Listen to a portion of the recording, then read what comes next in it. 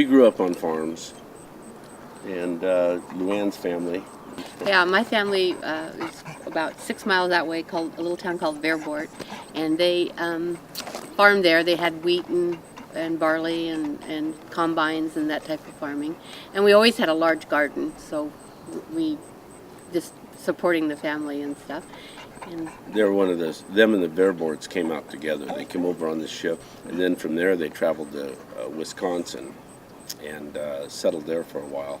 Then they moved on out here. My background is I grew up on a farm up there. We had 40 acres, hogs, dogs, and kids is what Dad said. But we had cows, pigs, chickens. We raised wheat and potatoes, and we had the horse, the cow. We had pet hawks, owls, skunks, raccoons. I mean, it was pretty crazy. Kind of like you ever see an old-time movie of Mom and Pop Kettle. That's kind of what it was, the 6 kids running around. So, and the way we farmed is Dad had 6 of us. We all had a hoe in a row, and you'd go down it. I run a old 420 and a 620 and a Super A and then a 2950, which is a cab over, and it makes you can farm faster with it. But everything is still mechanical and manual here. We're not into, I don't have the GPS equipment where you can come into the field, set the GPS, and then the tractor and the seeder take over. So we still do it the old-fashioned way around here, and it works. You don't get the yields that all the other guys get, but we get enough. We get enough yield to handle. We do 10 markets, so it gives us enough yield to handle those markets, and then our highway stand out there gives enough for that too.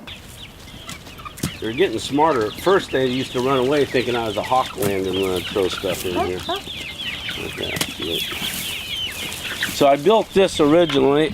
It was all wired over, and then we had 2 years of heavy snows, and we kept breaking it down. So I start them here, and then I'll move them out into the back later. So what you do with chickens is you wait till it's nighttime, and then you move them into with the other oldest chicken. And then when they wake up in the morning, everybody knows everybody. Planting on them, and now I'm irrigating, hard set it here, so I got water on them all the time.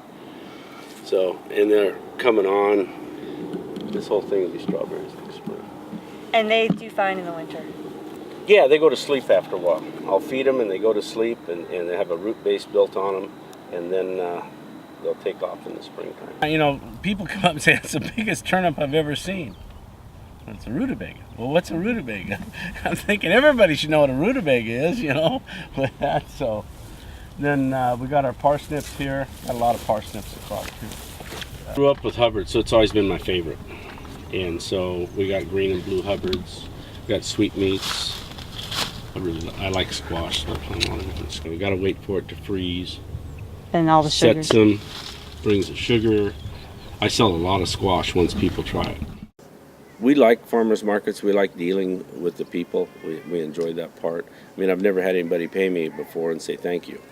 Generally, is it that much or whatever? So we try and be conscious in our pricing and stuff. So I think that's another reason farmers markets are popular, is people can connect somewhat with a farmer.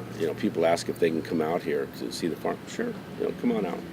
Come out on this day or that day or whatever. So that's how I see farmers markets helping bring the people together, in one sense, bringing the rural to the city.